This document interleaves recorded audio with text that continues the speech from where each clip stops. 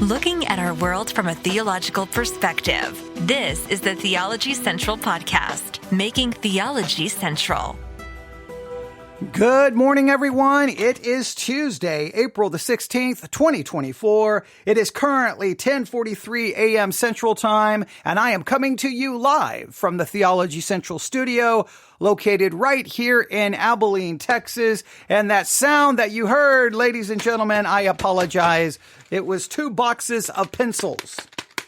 Two boxes of pencils that were kind of sitting on the next to my iPad. And when I picked up the iPad to make sure I gave you all of that, great information that you so desperately need when I go live, the date, the time, the place, all right, my pencils, the boxes fell like that. But hey, it proves to you that when I talk about everyone needs pencils, it proves to you that I'm at least consistent in that area. I tell you you need to use pencils, and I always have boxes of pencils with me at all times. Okay, so all right, I know you don't really hear about any of that, but welcome everyone. I hope everyone is having a great morning. I hope you're going to have a great Tuesday, but we need to talk about something. Oh wait, should we talk about something? I don't know. I don't think we should probably talk about anything. All right, but let's start this way. Ladies and gentlemen, there is something that all human beings have in common. There is one very important thing that all human beings have in common, and that is we all have a mouth. And that is where most of our problems begin. That is where most of our problems start. That's where many of our problems end. We have a mouth. And what do I mean by that? Well, we have a mouth and we have a tendency to use it. And we use it to do what? To communicate, to talk. And I want you to think about all of the problems, all of the issues that you have experienced in your life simply because of your mouth, because of the things you have said. Just think about if you are married. Think about the conflict that has arisen in your marriage because of words. You've said this. They didn't like how you said it. They didn't like your tone. They didn't like the way they didn't like the words you used. And then they respond and you don't like their response. So then you respond to their response, and then you don't like their response and they don't like your response. And then it just builds and builds. And next thing you know, you may be raising your voice. Next thing you know, you may be yelling. Next thing you know, you may be saying things that you wish you would have never said. And it may have all started with words, arguments, disagreements. And where did those arguments and disagreements begin? They began because they have a mouth and you have a mouth and you both used it. And now guess where you are? Sometimes the problems you have with your children, they have a mouth and you have a mouth, and you may not like their tone. You may not like what they said. They may not like what you said. And it starts. How many problems in churches where there are church splits and there's disagreements and there's fights? It's because of words. Words get us in so much trouble. Think about problems you have at work. I just really think about, I just think about maybe, okay, it's April the 16th. It's April the 16th, 2024. It's April the 16th. Think about just the month of April. The last 16 days. How many arguments have you found yourself in? How many disagreements have you found yourself in? How many maybe fights? Okay, not physical, but verbal. How many just back and forth? And it all started because of words. Just think about how many times your mouth has caused trouble just in the month of April. Now, I know it's 2024, so maybe what I should say is the one thing all human beings have in common is we have fingers, and what we have a tendency to do is use those fingers to tap on screens, and we get ourselves in trouble. Sometimes the fighting and argument, it comes from our communication on social media. And obviously, because I know I'll get an email, I understand that some people are born missing certain parts because of, things that can happen, birth defects and disabilities and things like that. I understand that. I'm saying just in general, we all have mouths, we all have fingers. And guess what, ladies and gentlemen? Guess what? We communicate. And that communication gets us in trouble over and over and over and over and over and over and over again. I could have gotten myself in trouble right there because, well, I just said everyone has a mouth and everyone has fingers. And someone will say, but no, wait a minute. Some people can be born with a handicap and they may be missing a finger. How dare you? Are you being insensitive to? I'm like, I'm not being insensitive to that. I'm just speaking in a general way. And so then I have to explain my words, but then they may not like my explanation and then they may get mad at that. Communication is a never-ending source of frustration and disagreement and back and forth. I've already experienced it. It's simply Tuesday. I've already experienced this week because I turned on this microphone, used my mouth to talk about the situation going on with Mark Driscoll and John Liddell and the Strongman's Conference. And Mark Driscoll got on stage to rebuke he said it's not a rebuke. It's an observation about the performance that opened the conference where there was a man who took off his short shirt and did an acrobatic routine and swallowed a sword. And Mark Driscoll didn't like it, so he used his mouth to speak his concerns. And then John Liddell, the pastor, he begins yelling at Mark Driscoll, "You're finished, you're done." No. And so then Mark Driscoll leaves. Supposedly they come back and have some kind of conversation. But supposedly they didn't actually even address what sparked the fight in the first place. But it was all words. Now, it may have started with actions, but then those actions then led to words, and then words led to conflict, and then that conflict led to controversy, and then I opened my mouth to speak of said controversy, which then sparked some people to not be happy with how I communicated it. So then they communicate with me. I don't necessarily agree with their communication. Well, if everyone would have no one would have said anything, guess what? There would have been no controversy. But that's not the way life works, is it? No, life is not going to work that way. People are going to communicate and people get offended. People get upset. People get angry. People get mad. Think of how many words we say per day. Think how many words a pastor may say in the life of their ministry. We just had a recent situation where a pastor was supposed to be offering an apology for something he said. Sounds like he possibly plagiarized his entire apology, but why is he apologizing? Because he said something and people didn't like the way he said it. So now he has to speak new words to try to fix and make up for his, or to apologize for his old words. And now in his apology, well, he did that incorrectly, but it's words, it's communication. Now, the Bible has a lot to say about our words. It has a lot to say about our mouth, or sometimes the Bible will reference it as our tongue. Our mouth, our words, our tongue. The Bible has a lot to say about that. So for the rest of this week, I want you for our Sermons 2.0 app challenge, I want you looking for sermons that talk about the tongue, the mouth, our words. If you know of specific verses, you can look up sermons on those specific verses. You could type in things like words. You could type in things like the tongue. I'm going to give you another word or maybe two words to look up as well. But find all the sermons that you can about that subject. For the rest of this week, let's think about words, because we've had this Mark Driscoll situation that everyone's still talking about and everyone has opinion, but that's all about words, what people said. So I thought what I would do this morning is offer kind of a devotional from the book of Proverbs. We've kind of revived and try to reorganize and structure our series on the book of Proverbs. Well, let's spend some time in the book of Proverbs this morning by looking at Proverbs chapter 20. Proverbs chapter 20, and we're just going to focus on verse 19. Proverbs chapter 20, verse 19, we read these words. He that goeth about as a tale-bearer. Tale-bearer.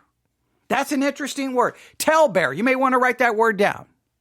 Tale-bearer. Someone, or he that goeth about as a talebearer, revealeth secrets. So we get a kind of an idea of what a talebearer is. A talebearer is someone who seems to have secrets, and they go around sharing those secrets, spreading those secrets. That doesn't sound like it's being stated that that's a good thing. But it continues. He that goeth about as a talebearer revealeth secrets, therefore meddle not with him that flattereth with his lips. So really do we have two separate things, or is this really trying to describe one kind of way of communicating? A talebearer, that's someone who uses their mouth to tell secrets. Then it says, therefore, meddle not with him that flattereth with his lips. Does a talebearer bear those secrets in order to flatter other people? Like, is there a correlation there? Or is this two separate things? There's the talebearer. They're the one who runs around, with their spreading secrets. And there's the one who flatters with their lips. Or is it really saying the same thing? Let me go through this again. He that goeth about as a talebearer revealeth secrets, and then therefore seems to connect it. Meddle not with him that flattereth with his lips. Now, if we connect it, then the idea is, how does a talebearer flatter with his lips? Because a talebearer is revealing secrets. Are they revealing secrets in such a way to try to bring flattery to you? And what does it mean to flatter? There's a lot here to unpack. If I read it from a different translation, this one's kind of interesting. I have the Bible right here next to me. It states it this way. I find it somewhat funny the way it says it. The one who reveals secrets is a constant gossip. Avoid someone with a big mouth. Okay, now that one definitely connects the two. That definitely connects the two, right? Hey, the one who reveals secrets is a constant gossip. Hey, that person who's a talebearer, they're a gossip. They run around and they just talk. So you know what you need to do? Avoid someone with a big mouth. Someone who's constantly gossiping, someone who's constantly revealing secrets, someone who's constantly revealing things. They have a big mouth. Stay away from them. But this is about communication. So obviously we want to be careful about who we're going to be spending time with, especially if they're a talebearer, if they're a gossip. And maybe we want to stay with it because, one, it's not our place to hear all of this information. And maybe, two, because if they're talebearing or if they're gossiping, we will fall right in line with it. But also, we need to be careful who we hang out with, but we need to make sure that we're not the talebearer. We're not the one with the big mouth. So now, again, this translation, it's very simple. The one who reveals secret is a constant gossip. Stay away with someone with a big mouth. The King James has talebearer and flattery, or someone who flatters. Is it the same concept? Well, let's break it down and let's see what we can find here. Right? I'm going to set that translation back down. I'm going to go here to my iPad that caused all of the sound problems with the pencils. All right, let's go to the Blue Letter Bible app. There's Proverbs chapter 20. I'm going to click on verse 19. There's the interlinear. All right. So we have a talebearer. A talebearer. Let's click on a talebearer. The talebearer is this Hebrew word. Talebearer. Strong's H 7400. Rachil. Rachil. Rachil. Rachil. Now, a Rachil is used 6 times. 2 times it's used slander. 2 times talebearer. Then talebearer with carry tales. So it's kind of a combination. So you get the idea. It's a talebearer, someone who's a slanderer. Someone who tells, they bear and they tell the tales. They gossip. I think slanderer, gossip, talebearer. I think we can kind of get an idea. This is someone just talking and they're slandering people. Look, to know something about someone doesn't mean you need to tell everyone else about that, right? Sometimes you just need to go to the person. Sometimes you may not need to say anything because a love covers a multitude of sins. We're not talking about crimes. We're not talking about criminal activity. We're not talking that. Sometimes there's just things you don't need to tell people, right? Sometimes talebearing, gossiping, and slandering occurs right there during the prayer meeting. Hey, everyone, I need you to pray for my coworker. Her name is Cindy, where she's an adulterer. She's a drunk. She's a drug addict. Does everyone in the church need to know about Cindy? Do they need to know all of those details? How about you do this? You tell God. The end. There you go. The end. The end. But we always feel this thing. I need to get, I'm doing something so good. I'm doing something so good because I'm going to get 7 people to pray about it. 7 people or 1 person. If God is told and spoken to of the situation, is 7 people going to make God go, hey, only 6 of you are praying. I'm not going to do anything, but now you got 7 people to pray. So now I'm going to get involved. Sometimes in the prayer meeting, that's where we just want to tell everyone everyone's business. How about you? And sometimes parents, if they have a teenager who's acting up, how dare you? You don't share your kids' information during the prayer meeting. How dare you? Your home should be a place of safety where the kids and everyone in the home who make mistakes and fail, their failures are not broadcasted to other people. Sometimes wives talking to other wives. Look, if there's a time you may have a confidential friend, but you got to be careful when you start telling and sharing because you could, you may be a talebearer, maybe a gossip and a slanderer. That's what a talebearer is. A talebearer is a slanderer. Now, the word talebearer, this Hebrew word, Rachel, is used, we said 6 times. Yes, 6 times. I can give you the 6 times. Are you ready? Leviticus 19:16. Leviticus 19:16. Thou shalt not go up and down as a talebearer among thy people, neither shall thou stand against the blood of thy neighbor. I am the Lord. Hey, stop walking around up and down the people, telling tales and sharing things and gossiping and slander. Stop it. Just stop it. When your communication is about someone else and that someone else is not even there, they can't even defend themselves, they can't even give their side of the story. I don't care if what you're telling about the other person, if the other person is completely in the wrong, your gossip and slander and talebearing makes you just as wrong. I always hate that when as a pastor, or you've probably experienced it at work or somewhere else. I can't stand when you find out, well, so-and-so said this about you and so-and-so said, and I'm like, well, where is so-and-so? Because so-and-so and me need to have a face-to-face because I talk a big game when I'm not around. I can't stand that. Oh, it drives me crazy. Drives me crazy. And it's easy to do. It's easy to do. Look, as much as it drives me crazy, I've been just as guilty of it. All right, so let's make sure we get that out. What did I say? We all have a mouth, and that's where all of our problems start. We have fingers, and that's where our problems start because we're like, stop. Stop going up and down telling tales. Bearing secrets. Proverbs 11:13, a talebearer revealeth secrets, but he that is of a faithful spirit concealeth the matter. Are you revealing secrets? Are you sharing information?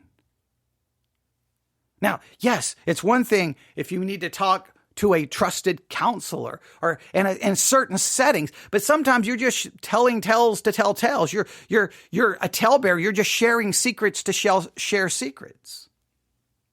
Proverbs 20:19, he that goeth about as a talebearer revealeth secrets. So we're getting that idea now repeated twice. Jeremiah 6:28, they are all grievous revolters walking with slanderers. All right, there's the idea of slanders, that's the same Hebrew word. Jeremiah 9:4, take ye heed every one of his neighbor, and trust ye not in any brother, for every brother will utterly supplant, and every neighbor will walk with slanders. Ezekiel 22:9, in thee are men that carry tales. Now that's where the Hebrew word is used. The word talebearer itself, I think, is used more than that, or used in other locations, maybe a different Hebrew word. So you'll definitely want to do a little bit of work on that. But look for sermons on talebearer or talebearing or slander or gossip. That's something I want you to do for the Sermons 2.0 app challenge this week is look for sermons that talk about gossip, that talk about slander, that talk about talebearing or being a talebearer. In fact, I'll help you out really quick. Those are all the verses where where this Hebrew word is used, Strong's H 7400. Rahil, wherever, all the different places it's used. It's used in Leviticus 19:16, Proverbs 11:13, Proverbs 20:19, Jeremiah 6:28, Jeremiah 9:24, and Ezekiel 22:9.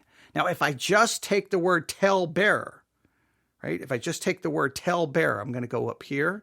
I'm going to do a search. Tell-bearer.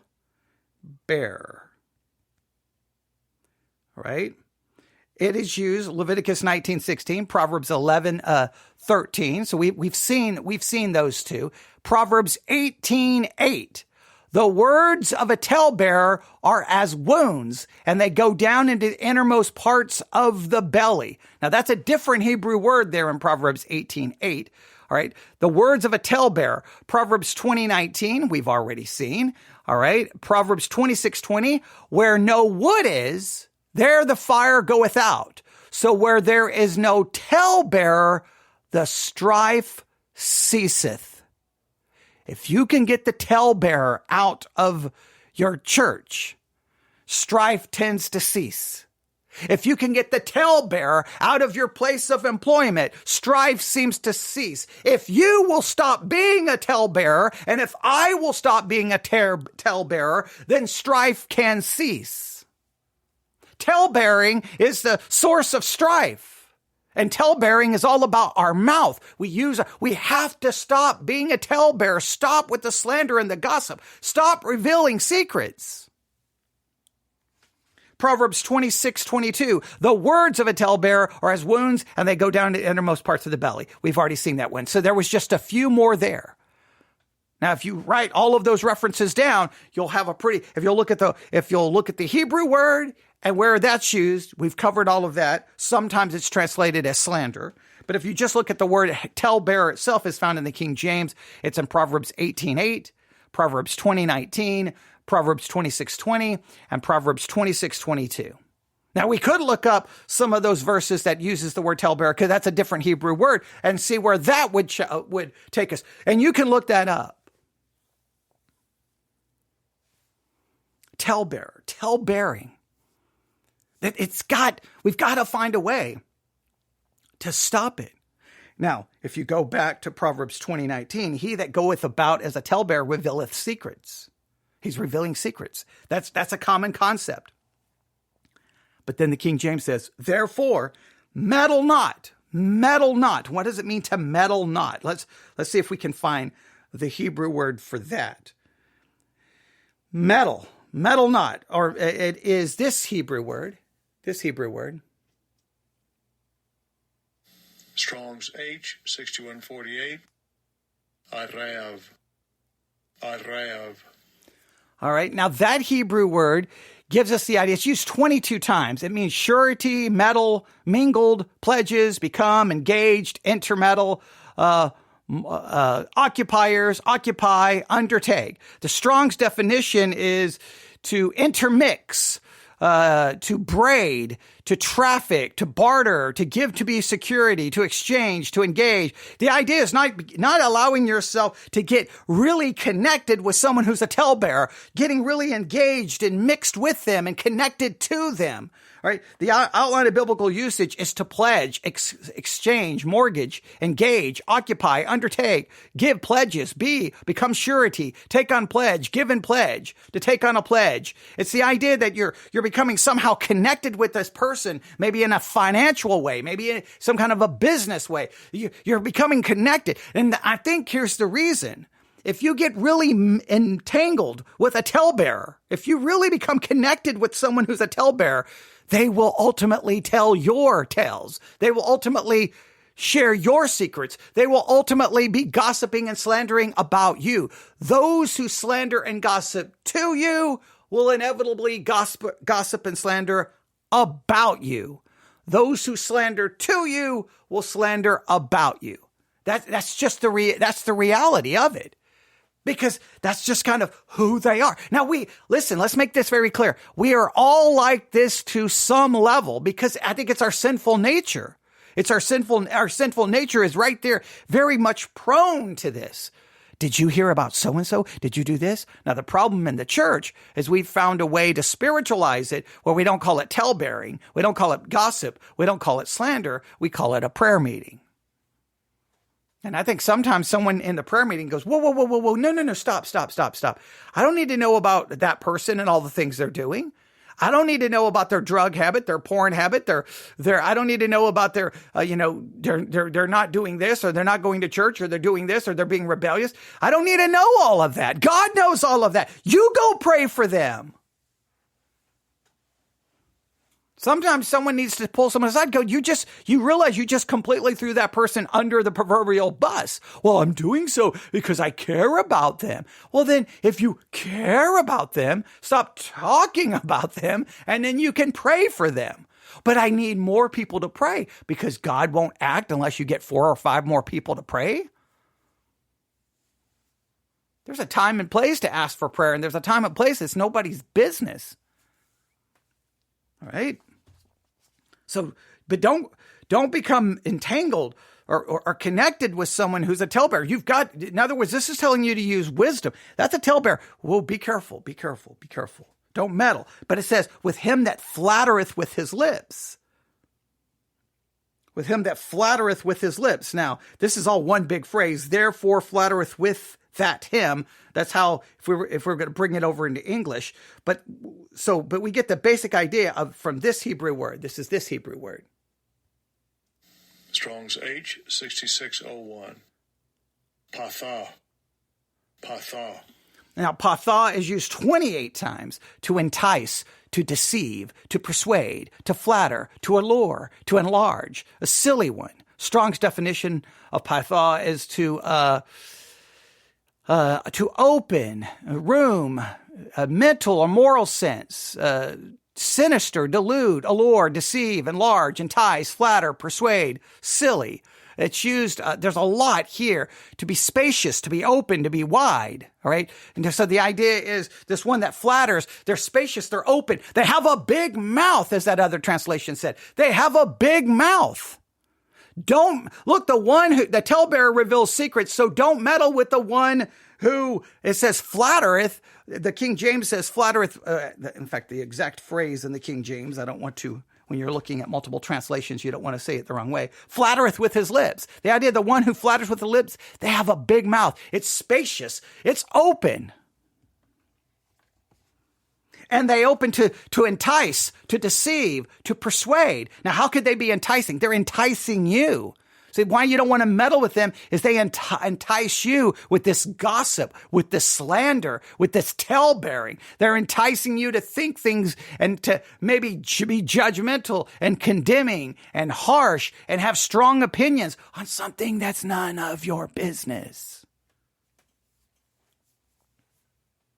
The Hebrew word here is to be open-minded, to be simple, to be naive, to be enticed, to be deceived. It's to persuade you. So the talebearer shows up and like, hey, did you hear? And then they open their big mouth and they throw it. And guess what? You get pulled into it. You got to not meddle with that. You got to stay away from it. So you got to stay away from those who do, but you can't be the one who does. The thing is, all human beings have one thing in common, and that is we have a mouth, and that's where all of our problems begin. Are you a talebearer? Do you go up and down amongst the people revealing secrets? And do you do so to other people? And as a result, you're enticing them. You're persuading them. Maybe to have certain opinions towards someone. You're enticing them to engage in your activity. Now, overall, we need to think and talk for the rest of this week. Again, the Sermons 2.0 app challenge. It's very simple. I'm laying it out to you. Look up for sermons about gossip, about slander, about the tongue, about our words, about our mouth, about tale-bearing. We need to really think about it. Because think of all of your problems. And how many of them are directly related to words? When was the last argument or fight you had with your spouse? Did it start with words? The last time you had an argument or a fight or disagreement with someone, did it start with words? Our words gets us in all kinds of trouble. But specifically today, I want us to think about trying to do our best not to be a talebearer, not to be a gossip, not to be a slanderer, and not to do this. We need to first look at ourselves, and then we just need to ask ourselves, am I in a sense meddling with people who are like this? And the Bible right here tells you don't meddle with them. Don't get entangled with them. Don't. At some point you got to go, I can't do this. I can't. That person just will not. All they want to do is talk about everyone else. All they want to do is talk about other people. That's all they want to do. You have to stop it.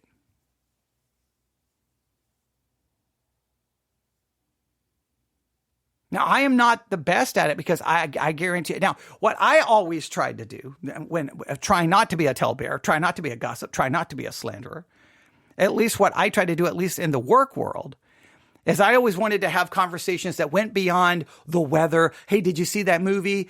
Kind of like the things you do. And I definitely wanted to avoid any conversation about other people. And I always wanted to have deeper conversations about ideals or philosophy or something meaningful. And sometimes it was hard to get people to that third level of conversation. They always wanted to traffic in the shallow kind of conversation. But the shallow conversation almost inevitably goes to other people. So I tried my best. I didn't always do a good job. Now, sometimes some people may agree with my method. Some people may not agree with my method. But if I'm sitting there and like someone just keeps talking, I'll be like, hey, stop talking about that other person. I think I'd be like, you know what? 1 second. Stop right there. And I'd grab the phone, call the other person's extension somewhere in the hospital and say, hey, can you come up to the second floor? Can you come up to the second floor down family practice clinic? Yeah, just come on back to my desk. And then we come walking up. I'm like, okay, here they are. Now talk your big game. You've been talking about, come on, talk about it now. Now, I'm not saying that's always the right way to go, but sometimes it would be like, just stop it. Stop talking about it. All you do is gossip and slander. Can't you find something else to focus on? Now, sometimes I probably needed that to be done to me. Sometimes that needs to happen in the church. Oh, you're talking a big game. You gossip and slander. How about we call that person up and you have that conversation with them directly? They say, well, I've already said it to them. Well, then why do you need to keep saying it? What are you hoping to do? Typically that shows because you're holding a grudge, because you're bitter and you want everyone else to be not like that person. And you just talk a bunch of trash. And you feel, and what's so weird is some Christians who do that think that they're morally superior because they're talking about someone who engaged in some sin. Well, congratulations. You didn't engage in their sin, but you're engaged in plenty of your own sin by being a talebearer, being a gossip, being a slanderer, having a big mouth.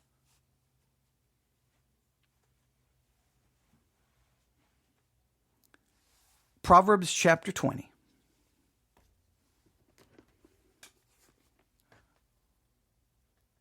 Verse 19, he that goeth about as a talebearer revealeth secrets. Therefore, meddle not. Don't become entangled. Don't become involved or engaged in any kind of endeavor with him that flattereth with his lips. And the flattering with the lips here has a big mouth. It's open. It's talking. And it's using to entice or to persuade. And it's doing so by telling tales, by being a talebearer.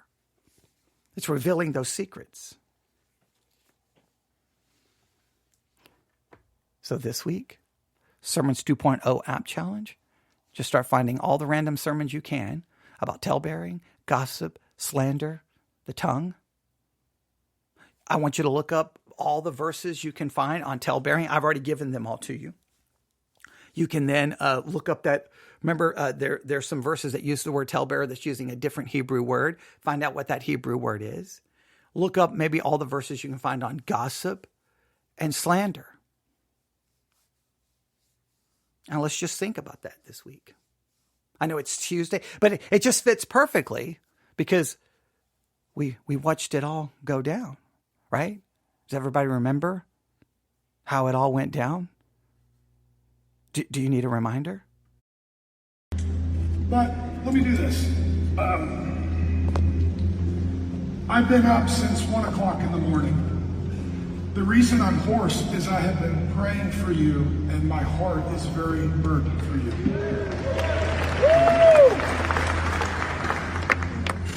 And I want to be very careful with this, and it's not what I want to say, but the Jezebel spirit has already been here. The Jezebel spirit opened our event. This is a rebuke and a correction of no one. This is an observation. Before the Word of God was open, there was a platform. It was a high place. On it was a pole, an ashtray. The same thing that's used in the strip club for women who have the Jezebel spirit to seduce men. In front of that was a man who ripped his shirt off like a woman does in front of a pole at a strip club. That man then ascended. See, our God is not arrogant. He doesn't ascend. Our God is humble. He descends. And then he swallowed a sword, and Jesus cried, okay, Pastor John, I'll receive that. Thank you.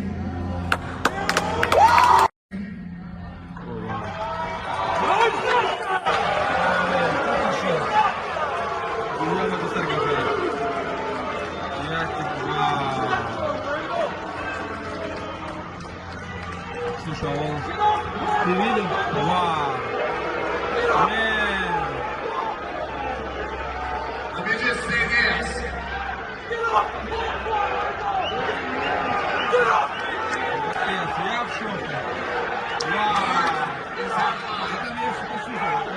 If Mark wanted to say that, he should have said it to me first. He didn't. Matthew 18. If your brother offends you, go to him privately. I talked to Mark for a half hour. There was not one word of that. He's out of line. If he wanted to say it, he could say it to me. You may not agree with me. You may not agree with him. But we are brothers in Christ, and there's a right way to handle this. We all have mouths, and that's where all of our problems usually begin, or at least a majority of them. That's been the big controversy. It's all about words. Mark Driscoll's words, John Liddell's words, a conference where people yelling from the audience, "You're not in charge!" Everyone yelling, words. Our mouth, our tongue, we lose control of it. And so many times it gets us in so much trouble. Now, you may say some of those words were right, some of those words were wrong. That's the never-ending debate. But this week, the rest of this week, I want us to think about our words and our mouth, because I think it's very relevant. Now, for today, specifically, the devotional was on Proverbs 20:19 about not being a talebearer, not revealing secrets, and not meddling, entangling with someone who's a flatterer with their lips, who opens their mouth to deceive and to persuade. And in this particular case, in Proverbs 19, they're deceiving and persuading by revealing secrets. Now, in that particular case, everything was in the open. The performance, everything there was in the open. And I'm speaking as if everyone knows that controversy. If you don't know that controversy, you can go listen to the 2 messages I've done on this controversy about Mark Driscoll and this men's conference and everything that happened. All right. But it was just bizarre. It was crazy. But it's words.